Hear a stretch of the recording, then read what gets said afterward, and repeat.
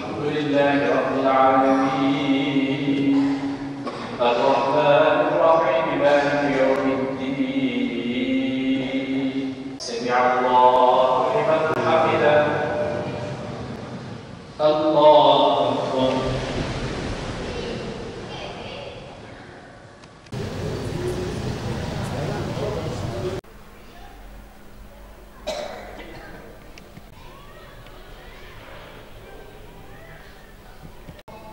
السلام عليكم ورحمة الله.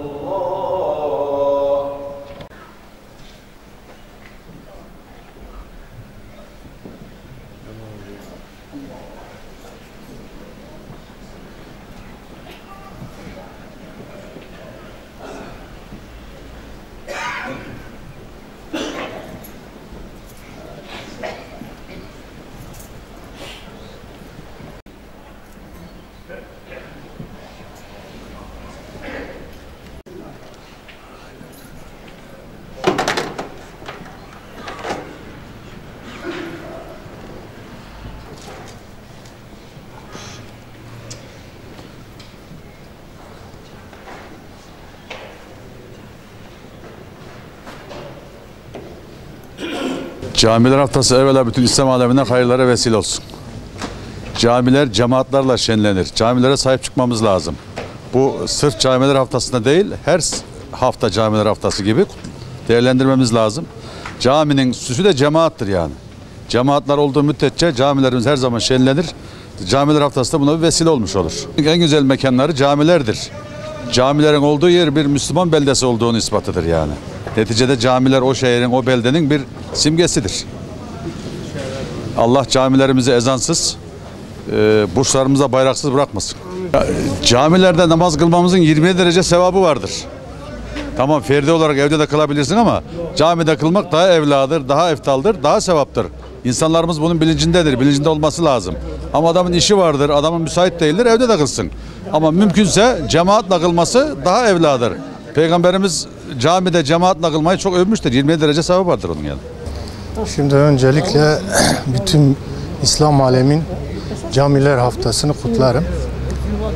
Camiler bizim tek toplantı yerimiz, birbirimizi gördüğümüz, büyüklerimizin gördüğümüz yer. Camilerimize sahip çıkmalıyız, camilerimizi temiz tutmalıyız ve cami kelimesinin anlamını iyi bilmemiz gerekir. Çünkü cami ne demek? Toplanma yeri, dertleşme yeri ve ibadet yeridir. Bir insanın bir derdi olduğu zaman, dini konusundan olsun, sosyal konusunda olsun, camide gelip büyüklerimizden öğüt alması gerekir. Onun için camilerimizi boş bırakmamamız gerekir ve camilerimizi cami ibadetinin gerektiği gibi saygı duymamız gerekir. Camilerimizi temiz tutmamız gerekir. Artı camilerimize boş bırakmamız gerekir. Yani bütün 5 vakit namazlarda camimizi doldurmamız gerekir.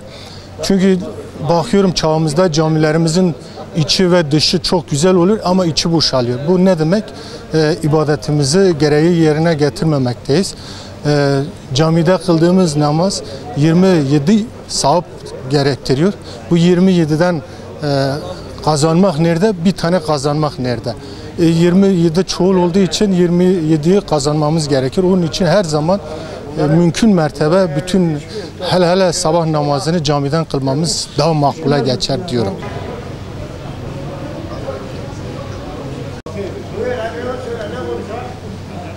Mescitler, mabetler toplum için, İslam alemi için büyük önemler taşımaktadır. İnsanların huzur bulduğu, Cenab-ı Allah'a karşı kulluk görevlerini yerine getirdiği, manevi huzur bulduğumuz mekanlardır. Cenab-ı Allah camilerimizi cemaatla zenginleştirsin, ibadetlerle zenginleştirsin, gençliğimizi cami iklimde yoksun bırakmasın, gençlerimizi cami ikliminde alıştırabilmemiz için çok faaliyetler göstermemiz lazım. Bu konuyla ilgili her sene uygulandığı gibi, kutlandığı gibi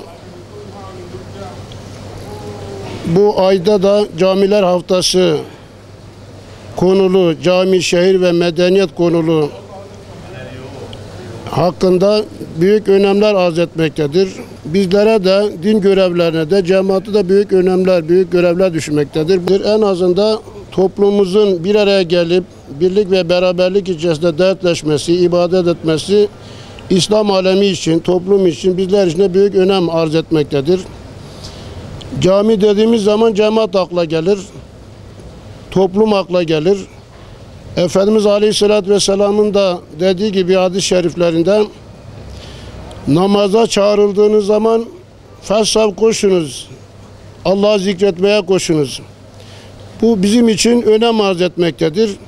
Yani mazeretsiz olarak camiye gitmemek bir Müslüman için büyük bir eksikliktir. Yani böyle günde 5 vakit namazı camide kılmak, o manevi havayı teneffüs etmek, 27 derece sevaptan mahrum kalmak da bizim için büyük bir eksikliktir.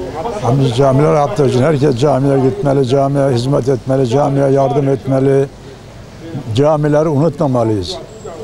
İbadetler hiçbir zaman için unutmaması lazım. Camilerde gidip ibadet etmemiz lazım.